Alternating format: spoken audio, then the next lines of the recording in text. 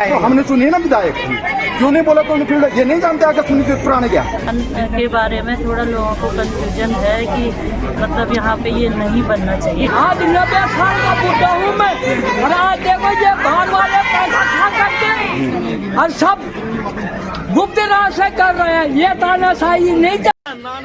नमस्कार, मैं भुवन चंद्र जोशी। मित्रों, आज बात करेंगे रुद्रप्रयाग के अगस्त मुनि की, जहां पर ये निर्माणाधीन स्पोर्ट्स स्टेडियम का कार्य चल रहा है। वहां पर ग्रामीण और सरकार के बीच में तनातनी हो गई है, लेकिन इसके बीच में वहां के डीएम किस तरह से बीच में इस मुद्दे को लेकर आते हैं और कहते हैं कि हम दोनों पक्षों की राय सुनेंगे।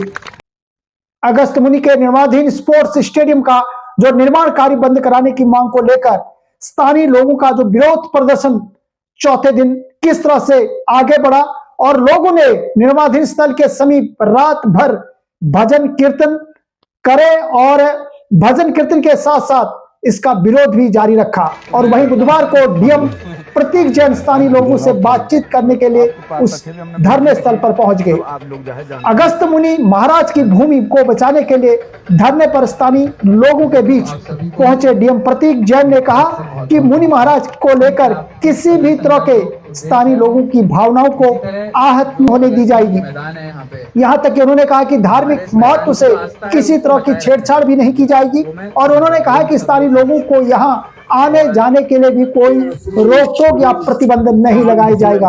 उन्होंने कहा कि खेल प्रतिभाओं को आगे बढ़ाने के लिए और खेल स्टेडियम का निर्माण भी होना जरूरी है। आंदोलनकारियों और पुलिस के बीच तीखी नोकझोंक हुई। गेट में खुलने पर ग्रामीण दूसरे रास्ते से भी अंदर घुस गई और जेसीबी के सामने धरने पर बैठकर काम रोकने लगे और उसके बाद आंदोलनकारियों ने टेंट डालकर धरने पर बैठ गए।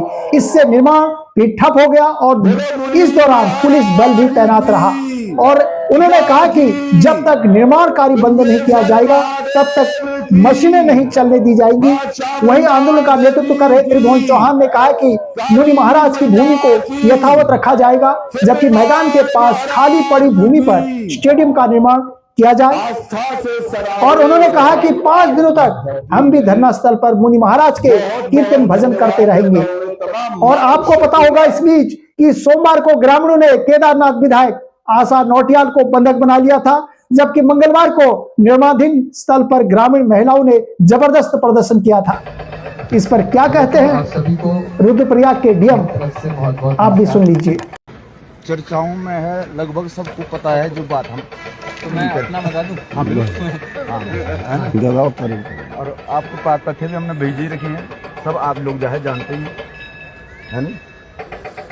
तो आइए, तरह जो अगस्त मुनि मैदान है यहाँ पे, तो हमारे इस मैदान की जो आस्था है उसको बचाए रखने का है, वो मैं समझ रहा हूँ, वो हम सब लोग समझते हैं। और जब से मैदान में ये स्टेडियम का काम जब से सैंक्शन हुआ उसके बाद हम सब जानते हैं कई बार प्रदर्शन भी हुआ है, कई जगह अलग अलग तरह की डिमांड आई है और आगे काम हो नहीं पाया।